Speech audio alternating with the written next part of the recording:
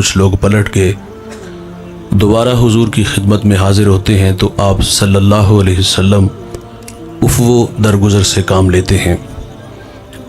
हाज़रीन मजलिस, दीन मोहब्बत से फैला है, दीन हुस्ने अखलाक से फैला है। एक हिंदू शायर कहता है, ये लड़ते कबाइल को किसने बताया, मोहब्बत नहीं है तो कुछ भी नहीं है। कायनात की चमक, कायनात की रौनक, ये सब मोहब्बत के दम कदम से है। करीम आका सल्लल्लाहु अलैहि वसल्लम फरमाते, तुम में अच्छा वो है जिसका अखलाक अच्छा है, और वो अच्छा नहीं है जिसका अखलाक अच्छा नहीं है। बारगाहे रिसालत माब सल्लल्लाहु अलैहि वसल्लम में एक खातून का तज़किरा किया गया कि बंदा नवाज सौम व सलात की पाबंद है, लेकिन उसकी ज़ुबान के फितनों से हमसाया महफूज नहीं। तो फरमाया वो औरत जहन्नमी है। मेरे नबी फरमाते हैं, घर ख़रीदने से पहले हमसाया और सफ़र करने से पहले हम सफ़र देख लिया करो। हमसाया अच्छा ना मिले तो ज़िंदगी अजाब हो जाती है, और आप उन लोगों से पूछ के देख लें जो इस अजाब में मुब्तला हैं। हमसाया सिर्फ इतना कह देना कि डेक की आवाज़ थोड़ी सी हल्की कर दो, लजाजत से कहा है, तरला किया है, तवज्जो दिलाई है। रद्द अमल बड़ा गलत आएगा कि गाना मेरे घर में चल रहा है, तुम्हें क्या तकलीफ़, और फिर उबाश लड़कों को मकान की छत पे ले चढ़ेगा और उस शरीफ आदमी की बेटियों को छेड़ेगा, आवाज़ें कसेगा, कभी उसके दरवाजे के सामने गंदगी फेंक देगा, रोड़े अटकाएगा। तो इसलिए फरमाया, घर खरीदने से पहले हमसाया। हमसाया मेरे भाई दीवार का है या सरहद का, ये अच्छा नहीं तो ज़िंदगी अजाब है। और अगर किसी को अच्छा हमसाया मिल जाए तो ये बहुत बड़ी दौलत है। अबू हमज़ा एक बहुत बड़े मुहद्दिस गुजरे हैं, उनके बारे में मशहूर था, लोग कहते थे ये नशा बेचते हैं, मनशियात का काम नहीं करते थे, बल्कि जब वो हदीस रसूल बयान करते तो लोगों पे नशा तारी हो जाता था। अबू हमज़ा का हमसाया उसको बामरे मजबूरी मकान फ़रोख्त करना पड़ गया, और उसने बाहर लिख के लगा दिया कि 2000 दिरहम मेरे मकान की कीमत और 2000 दिरहम अबू हमज़ा की हमसायगी का लूँगा। लोगों की एक लंबी लाइन लग गई 4000 दिनार देने के लिए, और जब अबू हमज़ा को पता चला कि मेरा हमसाया मकान बेच के यहाँ से जा रहा है, तो आपने खादिम को 4000 दिनार दिए। फरमाया, जल्दी जाओ और ये मेरे हमसाये को दे आओ और उसे कहना कि ये वैसे ही रख लो, लेकिन मुझे छोड़ के ना जाना। अच्छा, कुछ हमसाये ऐसे होते हैं, वो गली मोहल्ला बस्ती शहर क्या दुनिया ही छोड़ जाए ना तो लोग अल्लाह का शुक्र अदा करते हैं कि फितना ज़मीन में चला गया, लोग देगे चढ़ाते हैं। तज़किरा खातून का है, नमाजें भी हैं, रोज़े भी हैं, लेकिन ज़ुबान का जहर कोबरा सांप से भी जहरीला है। फरमाया जहन्नमी है। इसी तरह एक और औरत का तज़किरा किया गया कि मामूल की नमाजें, मामूल के रोज़े, लेकिन हमसाया बड़ा मुतमईन है, तो हुजूर फरमाते वो औरत जन्नती है। जन्नत का मयार अच्छे अखलाक, मीठे बोल हैं। इमाम मुंजरी अत-तरगीब व तरहीब में एक रवायत लाए हैं, मेरे नबी सल्लल्लाहु अलैहि वसल्लम की खिदमत में एक शख्स हाजिर हुआ जिनका नामे इसमें गरामी जाबिर बिन सुलैम है। पहली मुलाकात थी और अल्लाह ने मेरे नबी को ये कमाल बख्शा था कि आप पहली ही मुलाकात में अपना बना लेते थे। उनके बोल बहारों जैसे और असहाब सितारों जैसे, मिठियाँ मिठियाँ बोलियाँ मदनी ढोल दियाँ, कन्ना दे विच रहिंदियां मिश्री गोल दियां, मैं लब के ले आवां किथों सोना तेरे नाल दा, दुनिया ते आया ना को तेरी मिसाल दा। मीठी मीठी बातें मन में उतरी, ईमान नसीब हुआ, जाने लगे। अर्ज करते, आका मेरे दामन में हिकमत के मोती डाल दीजिए। जो शख्स अभी अभी ईमान लाया है, मेरे नबी ने पहली नसीहत क्या फरमाई, नमाज पढ़ा करो, रोज़े रखा करो, मौसम हज आए तो हज के लिए निकलो, माल के निसाब हो तो ज़कात दो। और भाई जो अभी अभी ईमान लाया है उसको पहली नसीहत फरमाई, ला तसुब्बन्ना अहदा, जाबिर गाली ना देना किसी को, उसको अखलाक सिखाए। और आप फरमाते, फिर मैंने सारी ज़िंदगी किसी जानवर को भी गाली नहीं दी। माजरे से कहूँगा, हमारे बच्चे बोलना सीखते हैं तो गालियाँ सीखते हैं, और गाली कहाँ से सीखी, घर के माहौल से, क्योंकि हम जब आपस में मुखातिब होते हैं, कलाम करते हैं तो गाली से शुरू करके गाली पे ख़त्म करते हैं।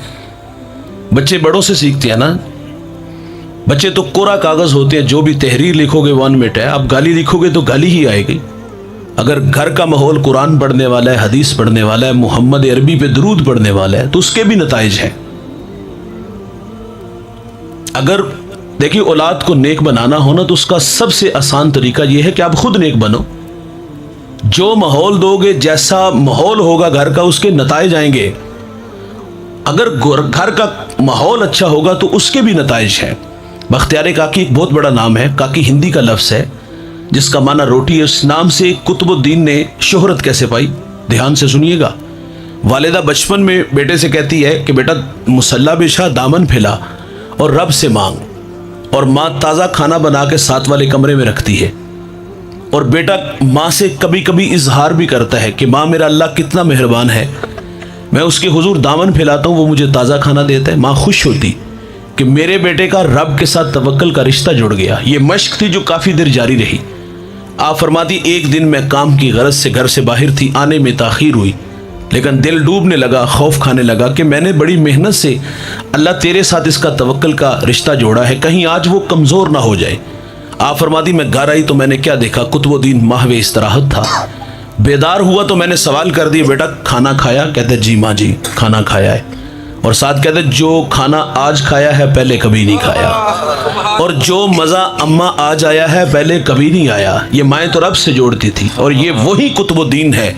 ماں مدرسے میں بیچتی، استاد کہتا پڑھ بیٹا الحمدللہ رب العالمین۔ ازبر تھا سیقول السفہاء من الناس، ازبر تھا تلک الرسل فضلنا بعضهم علی بعض، ازبر تھا۔ 14 پارے سنائے، استاد بڑے متاثر ہوئے، بیٹا جہاں سے 14 بڑے، بقیہ 16 بھی اسی مدرسے میں اسی استاد سے پڑھ لیتے، جی اچھے منزل خوب۔ تو عرض کی استاد جی میں نے کسی مدرسے میں کسی استاد سے زانو تلمس طے نہیں کیے۔ تو فرمایا بیٹا یہ دولت کہاں سے آئی؟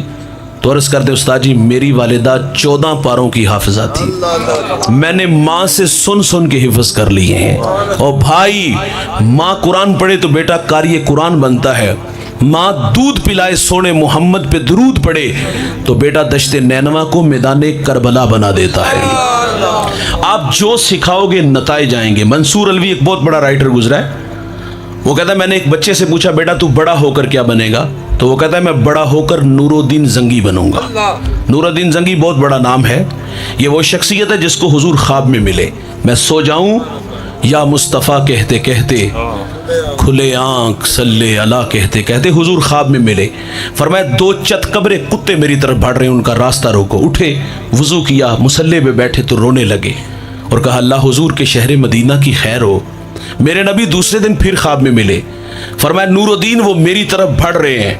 اٹھے، وضو کیا، مصلی پہ بیٹھ کے پھر تڑپ گئے۔ تیسرے دن حضور پھر خواب میں ملے، اب کے بار مصلی پہ نہیں، دوڑ لگا دی۔ 20 دن کا سفر 16 دنوں میں کیا اور لبیک کی صدائیں دیتے ہوئے مدینہ میں داخل ہوئے۔ وہ شکلیں جو رسول اللہ نے خواب میں دکھائی، جو سرنگ کے ذریعے روزے رسول کی طرف بڑھ رہے تھے، وہاں سے نکالا، ان کے ٹکڑے ٹکڑے کیے، آگ میں جلایا، پھر مدینے کی گلیوں میں چیخے مار مار کے روتا ہے اور کیا کہتا ہے بندہ نواز، یہ میرا اعزاز کہ اس بڑی کائنات میں آپ نے میرا انتخاب کیا۔